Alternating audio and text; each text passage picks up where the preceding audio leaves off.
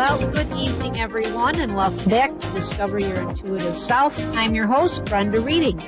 I have a special treat for you tonight. Our friend, Sue Stush, is back. Yes, the paranormal investigator, medium, and tarot reader extraordinaire. Welcome, Sue. Thank you again. I am so excited to be back here. I'm thrilled. I'm absolutely thrilled. We're happy, too. We are very happy. So on our last show together, we spent a lot of time talking about the paranormal aspect of your talents. And so tonight we are going to delve into all things tarot by Sue. So take it away, Susie. Well, when we chatted, you said you wanted to talk a little bit about the whole tarot thing, which that was really the basis of me starting on my spiritual journey. So tarot has a very special place in my heart because of that.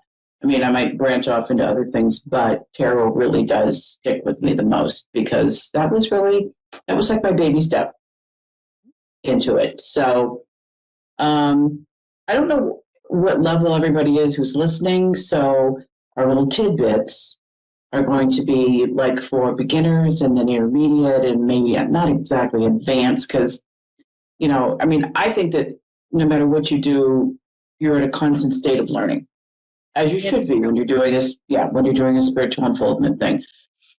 So listening to other people talk, no matter how far advanced you are in this or how often you do it or whatever, it's always really important. Yeah, I think you always pick up a little tidbit here and there. Oh, geez, I never even thought of that. It's like one of those things. I was in a circle last night and I learned something new. So we learn something new all the time. So I'm excited to hear some of these tidbits that you have. Yeah. Well, and just as a base that we can talk about at this point in time, you can use tarot for a lot of different things. You can use it for personal exploration, spiritual unfoldment, use it in your meditation practice. You can use it in ritual work, whatever. It's actually, I look at it as a gateway tool to help your spiritual awareness because the pictures and everything are so vivid and some are very graphic, as we've discussed, because there are some, if you're using that Rider-Waite deck, they can get a little bit intense. Yeah, my least favorite, yes, the Tower card. Let's get right to the least favorite. No, okay, yeah, okay. She's wanting to talk about that Tower card. Yeah. But just kind of like as a base and just to very quickly review about tarot versus oracle versus a Lenormand style or a fortune-telling card. Tarot is intuitive and is very structured. They all have common meanings. You have a 78 in the deck. 22 is your major arcana, which is the Fool's Journey. The other 56 are the minor pip cards, exactly. They all have common symbols with them. It's based basically on a card game back in the 14th century. After this has all come to light. There's so many different legends about where it actually comes from. Nobody really knows. But the basis for a tarot decks are usually about the same. You've got the 78 cards. Very common symbolism. It's a story. It's like it blends. Everything's going to blend. It's not so much about telling your future, but kind of like giving you an insight. It's almost like a psychological process, really. Wow. Oracles are more free-flowing. Usually you can have anywhere from 36 to 64 cards. There's not really a lot of common theme with them. There is no hierarchy like there is in a tarot deck. It can give guidance. It can give clarification. It provides insight. Yes, what's going on. That's more of a tool that you would use to guide yourself into whatever direction you think you should be going. Not that tarot doesn't do that, but it does it in a different way. One is not any better than the other. It's what you're comfortable with. Mm-hmm. Lenormand style cards or using playing cards. Playing cards. That's interesting. So you can actually do readings with playing cards. Yeah, absolutely. Like the fortune telling decks, like the Gypsy Witch deck. They are all based on that Lenormand style. These cards are not so much intuitive as they're chatty. They talk. They're directly to the point. you have a card that is a horse. The horse means this. And it has a spread, and there's houses within the spread. It becomes very involved. But there's no hierarchy in the cards. All of them are equal. They work within proximity of each other. So they have symbols. So they're full of symbols. Yes, absolutely. They're full of but not symbols as in multiple symbols like you would get in a tarot. Yeah. It's one symbol. One thing. It would be let me think. I'm developing a deck, and it's like, I should know this, but it's like a horse, a dog, mice, a coffin. They're very mundane symbols or, things that represent this. But right. You weave your story, or you're reading these things within proximity of your significator. That's a crazy word. It's either male or the female, man or woman. And then he or she sits in the deck, and the cards around them, that's how you read them. So there's a little bit. Together they weave a story. That's exactly it, yes. But it's very specific. There isn't a lot of intuitiveness going on here. It's all cut and dried. It's very cut and dried. So going back to the tarot, right? Yes. The tarot, you said there's a hierarchy. So there is. And that would be like your Fool's Journey, which is the major arcana card, the major and the minor. There's two different parts to the deck. So your 22 major arcana cards, they're hefty. Those are hefty cards. Those are the ones that mean major things, hence the major arcana. Mm-hmm.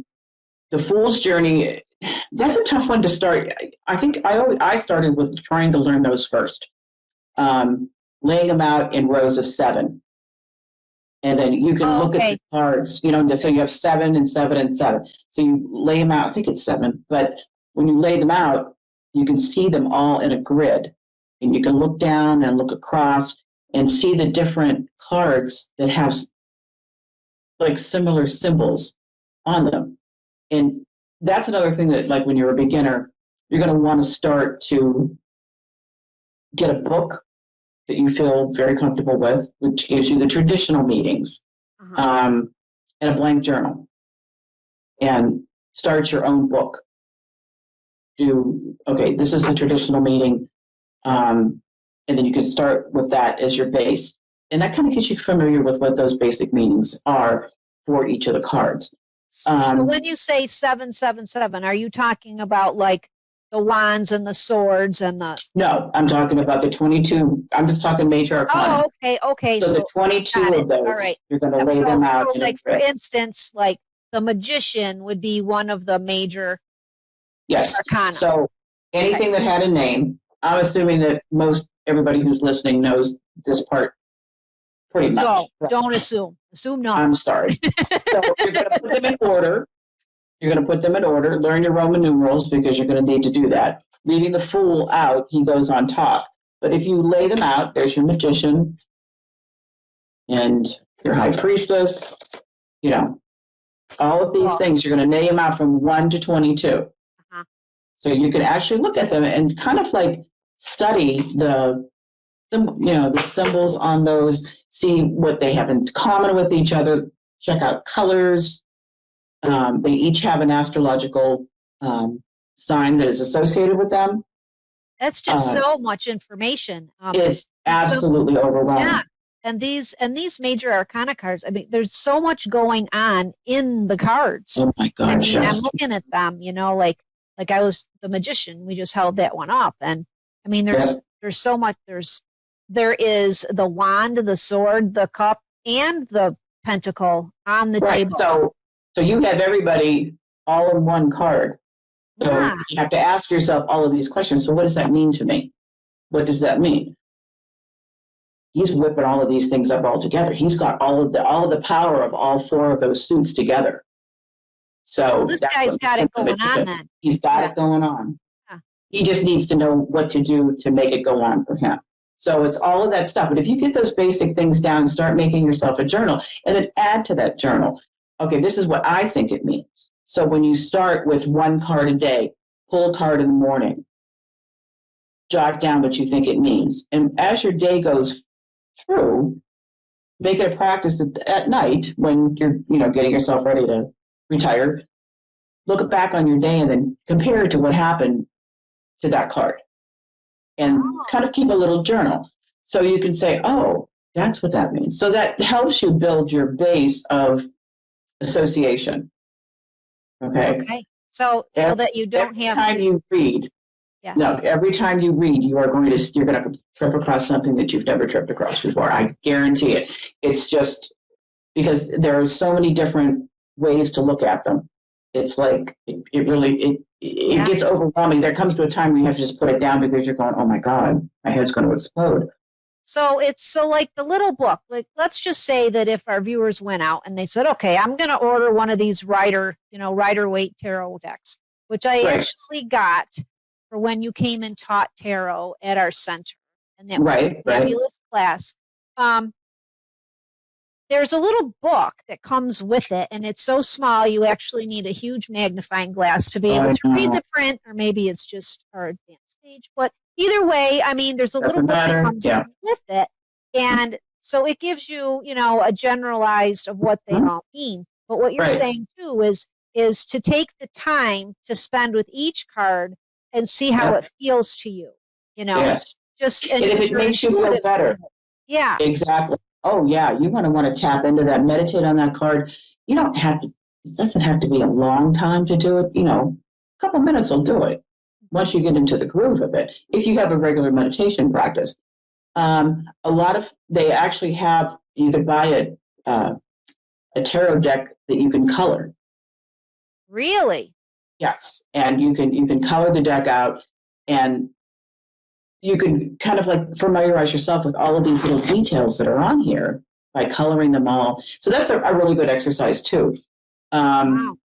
And I think you can actually, if you want to, there's a couple of websites out on the net that you might be able to print them.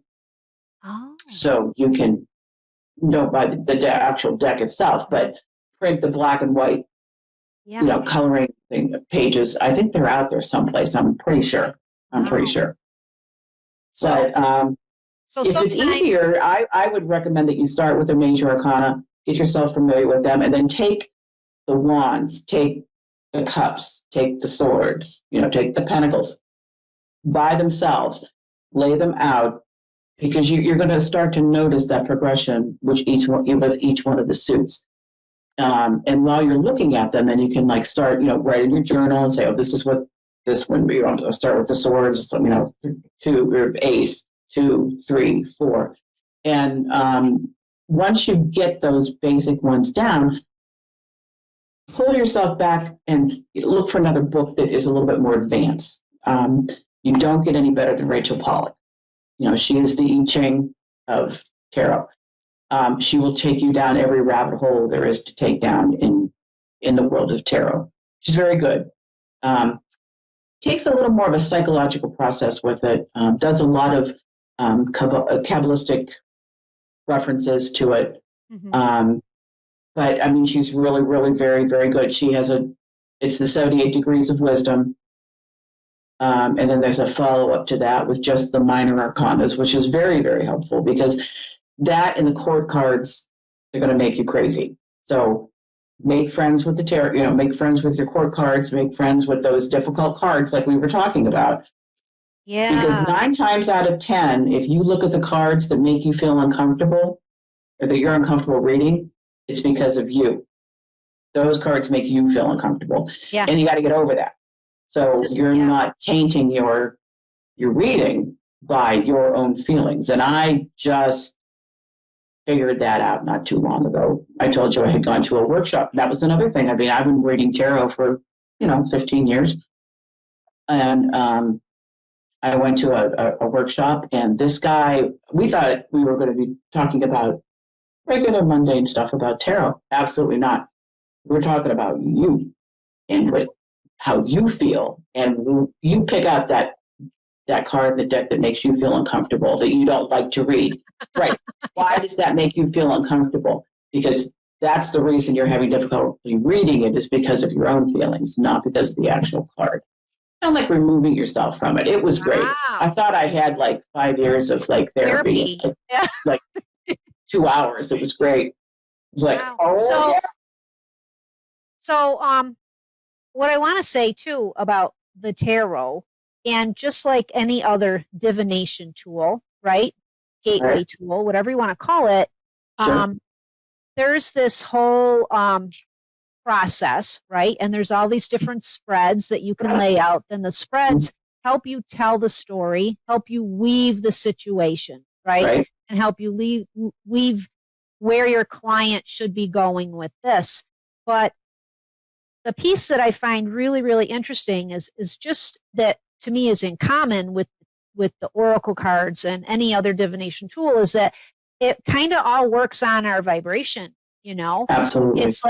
It's like you attract the person that's getting the reading. They have an intent, right? They usually have questions in their mind, and they ask questions before the reading, and their intention attracts the cards that are, vibrating in what's actually happening in their world, or that has happened in their past. So that's why, when certain schools of thought don't equate it as a valid, intuitive, mediumship type of tool, I find that to be, not necessarily true, because it's all based on vibration, which is natural law, right?